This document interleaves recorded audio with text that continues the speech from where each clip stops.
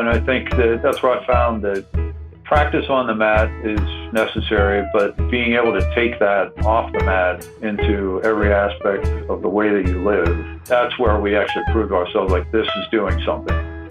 I'm responding to this, not reacting to whatever the situation is. And to me, there's a big difference between the two. I'm not just tolerating somebody by being polite, but I'm actually being kind to them. I'm your host, Derek Vanderwalker, and for the month of March, I'm honored to present the Warriors at Ease series on Guys Talking Yoga. And today, I'd like to introduce our next guest, retired Major Mark Voelker. Mark's been over 20 years with the U.S. Marine Corps, most of those years flying Cobra attack helicopters. And in this conversation, Mark shares his perspective and wisdom for how yoga has helped him on his path and how it's helped other servicemen as well, particularly during his time as team lead at Semper Fi Odyssey, a 6-day holistic program that provides injured and critically ill active military service members and veterans an opportunity to gain employment resources, but also life planning skills to assist with their reentry into the civilian sector. And you know what? Yoga is a big part of it. Like the rest of the men in this series, Mark's done and experienced a lot in his well-earned years, and he's taken some time to sit down and share with us.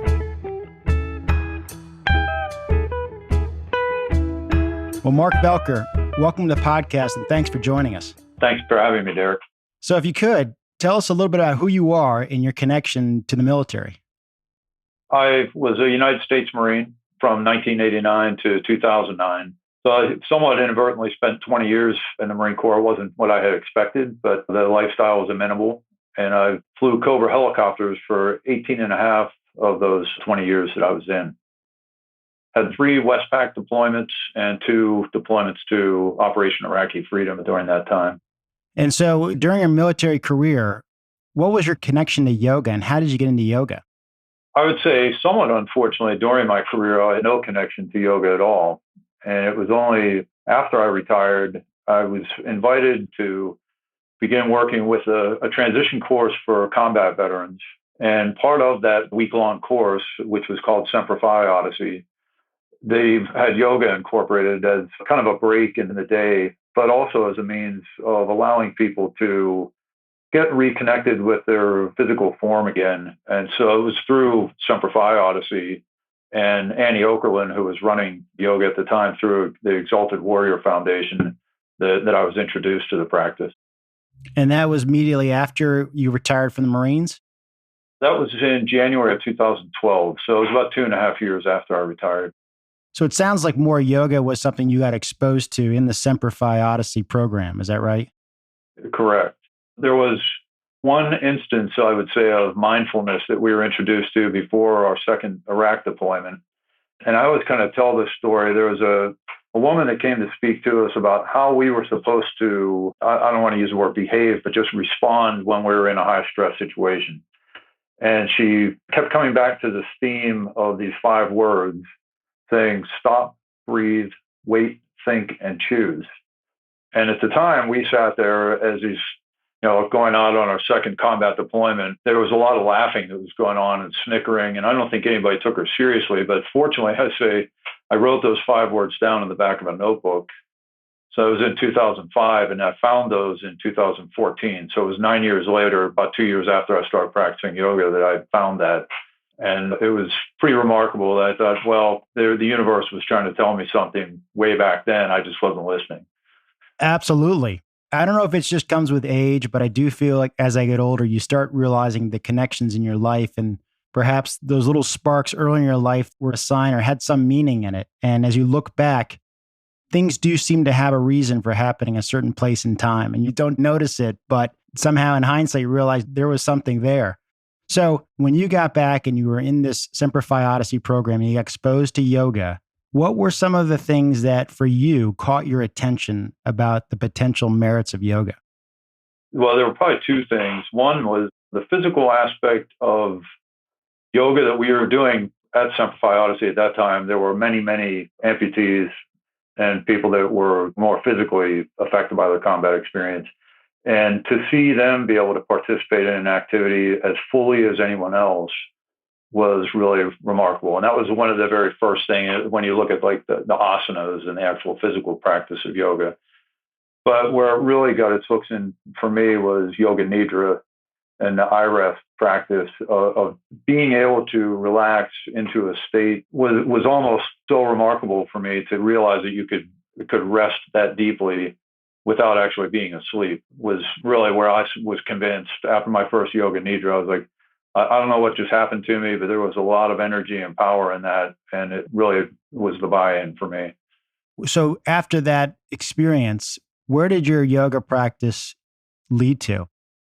I kind of expanded after my introduction at Semper Fi Odyssey. Fortunately, even though I live in a very small town here in central Pennsylvania, we do have 2 studios available. And so I started to go to practice in the studio. And that's kind of a tricky thing when it talks about men going into a yoga studio. I always tell the participants at Semper Fi Odyssey, for men, that's like the hardest thing, is opening the door and stepping in the first time into a world that is kind of feminine, particularly in this day and age, but shouldn't be. And it's a very accepting environment. I started going to a studio here in town up to 3 times a week. And fortunately, my job allowed me to have that amount of free time to be able to do that. And eventually in 2018 led me to Asheville Yoga Center to get my 200-hour immersion teacher certification completed. So before we talk about your Asheville certification program, when you started going to that local studio in your area, from the get-go, were you committed to doing this multiple times a week? Or did you find that after you started going a couple of times that this was kicking in and you wanted to have some sort of consistency and some structure and some sort of commitment to a practice? I think you're right. I mean, it was something that had to come with a little bit of time. Initially, I wasn't going 3 days a week immediately. But as you start to get to know the teachers and the different practices that they're offering, and one of the things that was very fortunate here is that we had a male teacher who was a Navy veteran. So he and I had kind of clicked almost immediately. So any practice that he did, I tried to get to. And then it became over time, I really noticed the effect it was having on me off the mat in my daily life was really where I started to feel like, okay, I need a little bit more of this. And not in the sense of striving for it, but just knowing that it was providing so much good that there had to be consistency to keep that going. So those 3 classes you went to, I mean, were they typically the same kind of class, or did you find that you wanted to explore different types of classes that the studio offered? When I got to that point of going 3 times a week, they were typically slightly different. And the one that was a little bit more gentle, mostly a yin practice, I would attend with my wife. And then there was one that I would attend with my younger son, who was running cross country at the time. And for whatever reason, he really got into this hot yoga that we had. So he and I would go to that. And initially, I was not a fan of that much activity in the heat. But one, attending with him was a big deal. But then you kind of get used to it, and it becomes part of that expectation midweek of this is what the activity is going to be. And then the Friday class that I would go to was a very active class. But I always thought, well, this is the perfect way to prep for the weekend. Yeah. And then I can, spend that hour in like high intensity practice and then have the rest of the weekend to relax. So what was it about the heat that was something that initially wasn't really of interest to you? And then later on, what was it about the heat that you actually could appreciate and start to enjoy?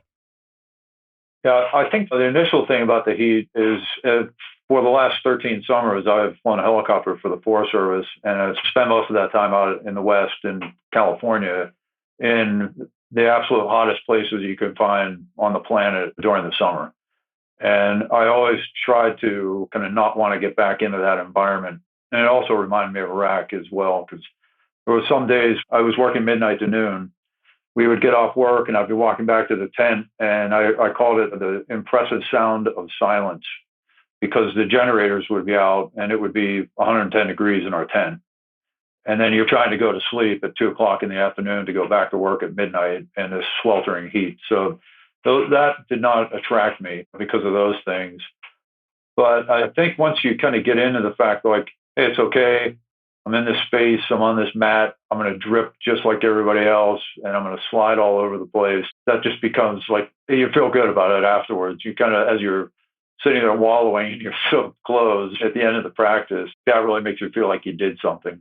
Absolutely. And over time, I learned to actually be really hydrated for those practices, because it certainly makes the recovery that much better. But There is something about just wringing it all out on a mat in a hot yoga class. And people don't need to be at 103 or 102. Even a 95-degree classroom is probably just fine. I prefer something in the 90s if I'm doing a hot class, but it really cleans you out and it makes you want to drink a ton of water. It makes you want to eat healthy after that. You have a ton of energy the next day. So what brought you to Asheville? Why Asheville? And what was in you that called you to get certified? Yeah, Asheville was a recommendation from Annie Okerlund that I mentioned earlier. And she had a good friend, Kimberly Purrier, who was working at Asheville Yoga Center at the time. So I got connected with them.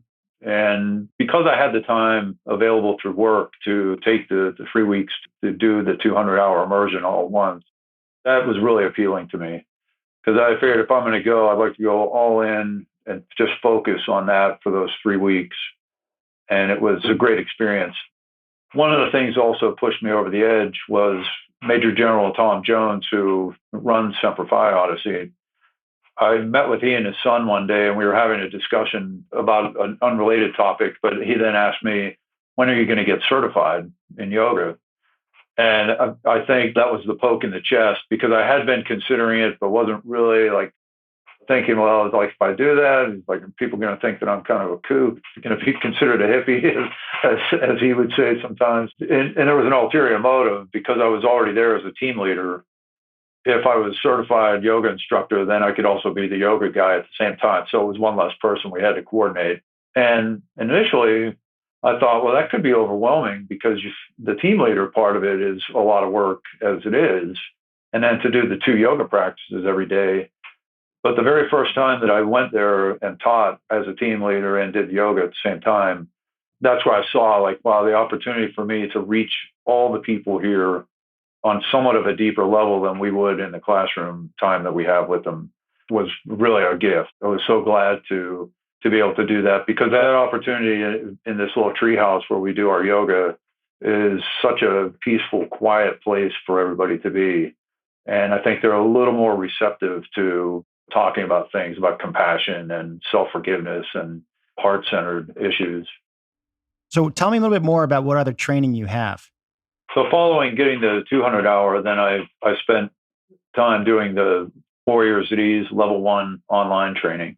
And I wanted to do that, one, just to have a little more credibility and have completed that certification, but also to have a deeper understanding of working with veterans, because we did a little bit of trauma informed or trauma sensitive work when I did my immersion training, but not at the level that Warriors at Ease does. And being a veteran, it was very helpful, because I could then understand these are some of the things that other people will have some effect by or triggered by or have issues with that you can learn to work with. What is it about Warriors at Ease that people should really know about the program and its teachers? Yeah, I think the really important thing with Warriors at Ease is the wide-reaching number of teachers that it has all over the country. So not all veterans, but people that are very interested in working with veterans. And it provides a really comprehensive platform for that to be done properly. And particularly for those who didn't serve, to be able to understand what it was to serve.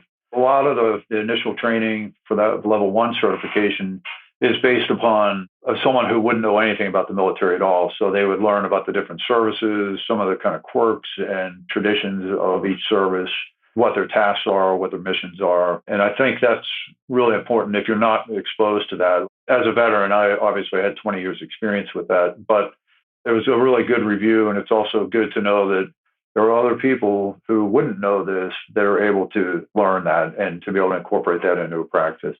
Yeah. So it sounds like you got a lot out of it because of the community that you've come from and you are in, but also the community you want to serve. I would imagine that a lot of that training and that research around trauma and how people react to stress and challenging situations is helpful, probably working with anyone in a yoga studio or just dealing with anyone in life on the street or on the road or any other interaction. I think you're exactly right. It goes to this iceberg theory that we only see 15 to 20% of anything that a person wants to present to us, and everything else is all below the surface. And I'm in the process of taking a meditation teacher certification as well. And we just had a conversation yesterday during a peer group about trauma and how to deal with trauma during meditation practice, particularly for people who don't even know that they experience trauma, but it comes up in the practice. One of the things where our mentor offered to me, which makes a lot of sense, the population of people that I've been working with, I know deeply that they've all experienced trauma on some level. So that makes the teaching part of the practice a little bit easier because you know that it's already there and you know what to expect. And if it does surface, it's a little bit easier to be prepared for it.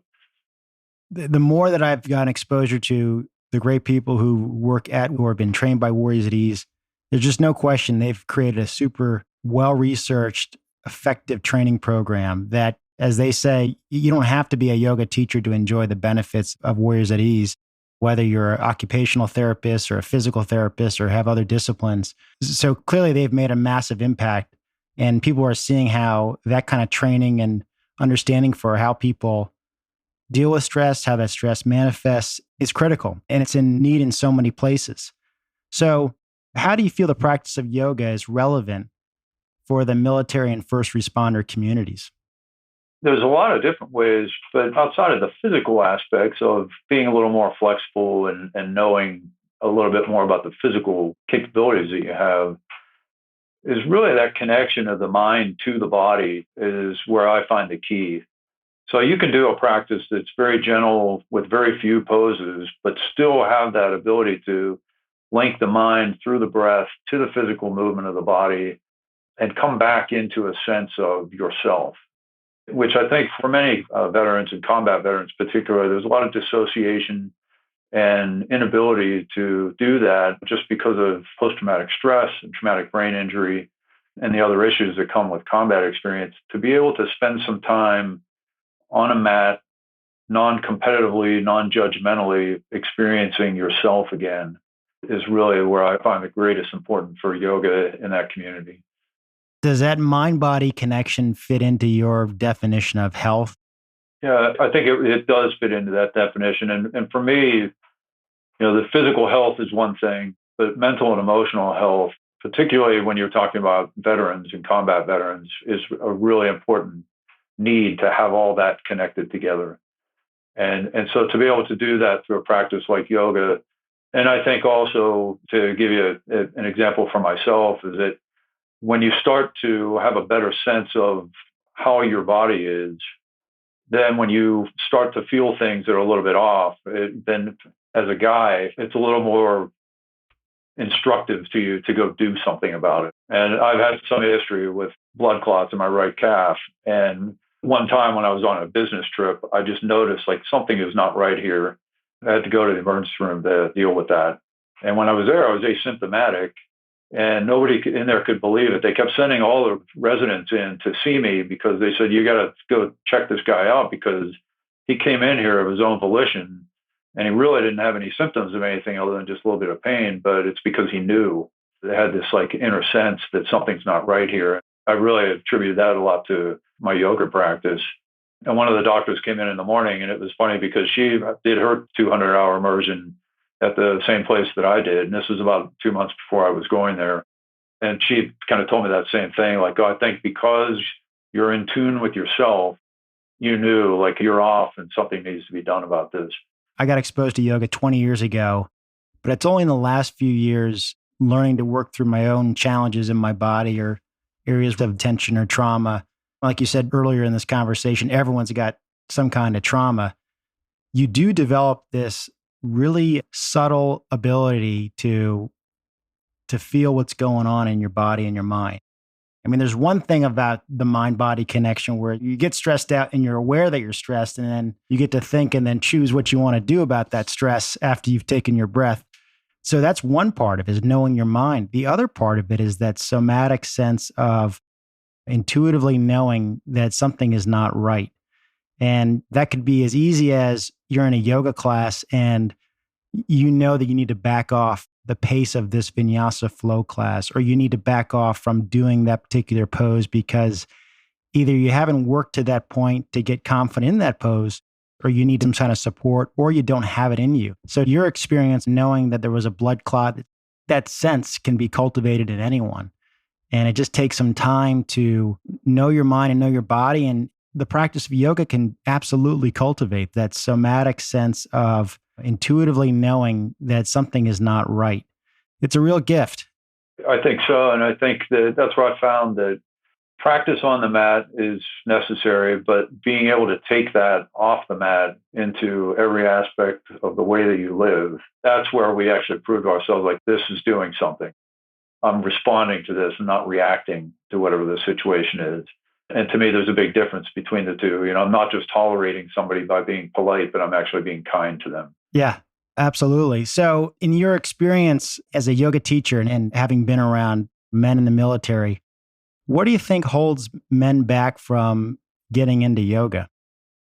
Probably the first thing is yoga pants. Because I've been asked that question many times. Where are your yoga pants? And I'm like, well, it's like you don't have to have yoga pants to go in the studio. Shorts are fine. But I really think there's a sense of this idea of like, I'm a dude. This is not for me. I should be playing football or hockey or doing something that's like manly and cool and competitive. And it's difficult. And I think also, as I said earlier, it's like, we all have a feminine side to us, as we know through yoga. And it's being able to accept that as part of yourself and saying like, hey, my going into the studio, maybe accepting that in a little ways, but I'm still a guy. And I can still go do this amongst all these women. And I always tell people when they go to the studio, nobody else in there cares about you and what you're doing other than to welcome you. They're not going to stare at you. They're not going to laugh at you. They're not going to think that you're unskilled because you're stiff. I spent many, many years as a long distance runner, and I'm not exactly that flexible of a guy for yoga just because of tight hamstrings and quads and everything, but you can still do it. But I think that there's this idea of like, well, I'm not going to look like the person next to me who's completely folded in half with their hands flat on the floor. And as I found when I went to my teacher training, there was myself, 3 other men, and 27 women. You have to get over that pretty fast. You had made a comment about how it's ironic there's a lot of men in the military getting into yoga. A week or two back, we were talking, and a lot of people, a lot of men who still question whether or not yoga is for them would be surprised to learn how many men in the military are taking advantage of the benefits of yoga. How would you define masculinity in the military community? And how do you think yoga is helping men in general learn what it's like to be a better man? I think masculinity in the military community is pretty obvious that it's all about suck it up, don't complain. You got to be macho. There's a lot of type A personalities. If you're not type A, everybody else is going to let you know about it. And I would say particularly like coming from my background in aviation, where you have the Tom Cruise kind of role model that is given to everybody. And that's obviously not true. In any ready room, you will find a wide variety of different types of people. And there's a lot of peer pressure, obviously, that comes with being that guy. But if you can find a way to get past that and realize, like, I can still be fully male and masculine, but also participate in something that I know is going to be good, not just for me personally, but for the people around me, because of the energy that will be created by that. And knowing that it's okay sometimes to be a little soft, because sometimes to heal, we need to break down like that. And if the practice allows you to find that space and place to do so, then that's okay. We had a young soldier at Semper Fi Odyssey once that, not so much in the practice, but the conversation that we had afterwards, he just became so open to sharing a lot. And as he did this, he just started completely breaking down. And it was really, to me, it was a beautiful thing. I was like, oh, this is what the practice is all about, because there were some other people there, but nobody had anything but good things to say and support for this young man. And really what it was, a realization that I'm okay to still be me and be a dad and sit here and cry at the same time. And nobody's going to make fun of me for doing so. And if the practice gets you to that point, and then hey, it's okay. There's no judgment here, and this is acceptable. I think that's where we kind of break through that some of those barriers of masculinity. One time at work where we had lost 4 pilots in a mishap in Texas, and in talking to the Marines that worked for me afterwards, it was very challenging for me because I had a conversation with 3 out of the 4 of them on the day that they died. And I broke down in the midst of talking to my gunnery sergeant and the sergeant and two corporals that worked for me. And afterwards, the gunnery sergeant told me years later, she said that was the moment that she felt that was very apparent to her that we were all human beings. And so, I think up to that point, they had thought, well, he's just the operations officer, he's the major, and he's going to be this tough guy. And when you aren't that person and you can expose yourself in that way, but still know, like, yeah, I still am myself in every way, that's a good thing. Yeah, I think there's a lot of pressure on men. I mean, things are changing so fast in the world today. It's like the tactics that proved successful for men over the last millennium have somewhat shifted very quickly. And sometimes just being aggressive isn't the best solution for that moment or that situation. We all need to employ a better ability to be more mindful in how we move and interact and what we say and how we respond to anything, not just a threat or a challenge. And I think there's an opportunity for men to be more alpha in their beta. I think the successful people in life in this very complex world we're in now, this always connected world, are going to be the people who really know how to manage their emotions in all moments of life and can have some gracefulness and some compassion, not just for others, but also for themselves, and learn to let go and move with greater ease. Over time, that's not just good for you and your people around you, but it's also good for your body. I think holding on to a lot of stress, even if it's a low wattage stress for a long time, is just not good. And so one of the things I appreciate about yoga and the ways it can help you work through your challenges in life is also it really gives you a great opportunity to really maximize whatever years you have left, because you learn how to move better physically, mentally, spiritually, emotionally through life and its challenges. And I think more men need to really get into yoga, even if it's to help them improve their shot off the golf tee, so be it, as long as you're getting in there and you're starting to practice. But I really think the opportunity for a lot of guys is kind of aging peacefully and gracefully in their 50s, 60s, 70s, and 80s. And I think if they start now in their 30s, 40s, and 50s, they're going to be in an amazing place in 10, 15, 20 years. Yeah, I definitely agree with that. I think, as we talked about earlier, the health benefits, when you look at the science of yoga and meditation and the repairing of telomeres and not unlocking certain parts of the DNA, it's pretty fascinating when you can look at it there from like a rational standpoint. A lot of times I try to let the rational part, like I know that it exists, but I don't want that to be, the driving force of the practice. I just have to have a lot of faith that just to do it is the right thing. So Mark, as we look to close here, for guys who have been circling the wagons around a yoga practice or have never tried it, what would be your advice on why they should get into the practice and what they would be missing out on? I would say that if you've dabbled in it a little bit, as they say, like titrating and pendulating, you're kind of dipping your toe in and then pulling back, just give it a chance and take the opportunity to find a studio that's in your area if you haven't been to one yet.